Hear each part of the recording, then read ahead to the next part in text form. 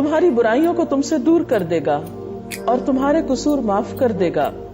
اللہ بڑا فضل فرمانے والا ہے. گویا تقوی کے نتیجے میں فرقان بھی نصیب ہوگا، برائیوں سے دوری بھی اور بخشش کا وعدہ بھی.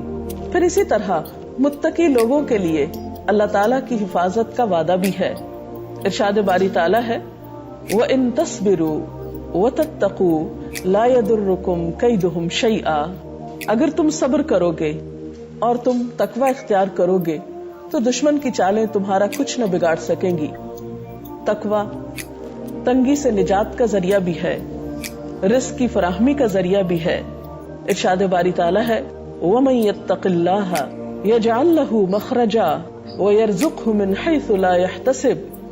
اور جو کوئی اللہ کا تقوی اختیار کرے گا اللہ تعالیٰ اس کے لیے مشکلات سے نکلنے کا راستہ پیدا کر دے گا اور اس کو وہاں سے رزق دے گا جہاں سے وہ سوچ بھی نہ سکتا ہوگا، جدھر کا اس کو خیال بھی نہ ہوگا. گویا رزق کی فراہمی کا وعدہ بھی تقوی کے ساتھ ہے. اسی طرح زندگی کی تاریکیوں میں اجالا بھی تقوی سے. فرمایا اتقوا اللہ، اللہ سے ڈرو، وآمنوا برسولہ، اور اس کے رسول پر ایمان لاؤ. یؤتکم کفلین من رحمتہ، وہ اپنی رحمت میں سے تمہیں 2 حصے عطا کرے گا، دوہرا حصہ دے گا.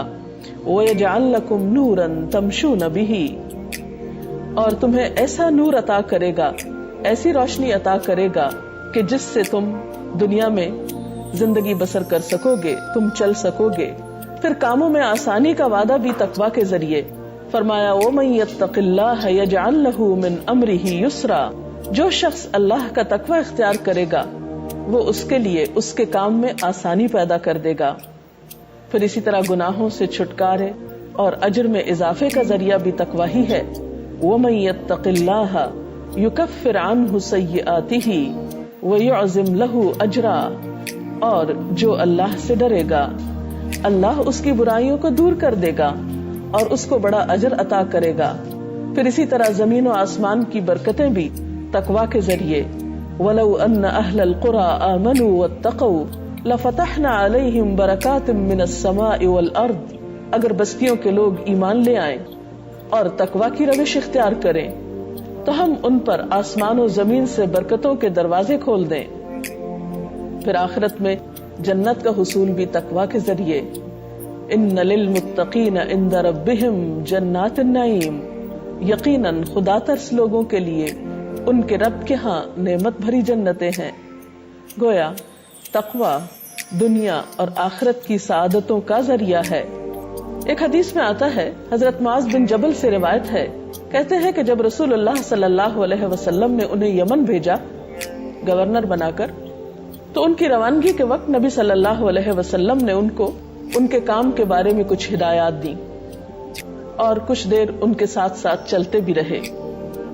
حضرت معاذ سواری پر تھے اور رسول اللہ صلی اللہ علیہ وسلم ان کی اونٹنی کے ساتھ پیدل چل رہے تھے.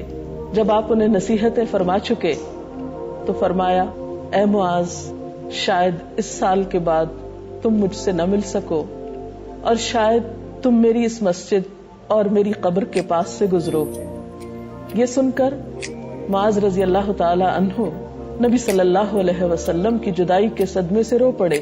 پھر آپ مدینہ کی طرف مڑ گئے، واپسی کا راستہ اختیار کیا اور فرمایا میرے نزدیک پرہیزگار لوگ ہوں گے، خواہ وہ کوئی بھی ہوں اور کہیں بھی ہوں. گویا معاذ کو آخری نصیحت اور آخری وصیت جو آپ نے فرمائی وہ تقوی کی تھی کہ اے معاذ، اگر تم میری قربت چاہتے ہو تو خواہ تم کہیں بھی ہو، تم میرے قریب ہو اگر تمہارے اندر تقوی ہے. تو گویا اللہ تعالیٰ کے قرب کا ذریعہ، نبی صلی اللہ علیہ وسلم سے قرب کا ذریعہ تقوی ہے.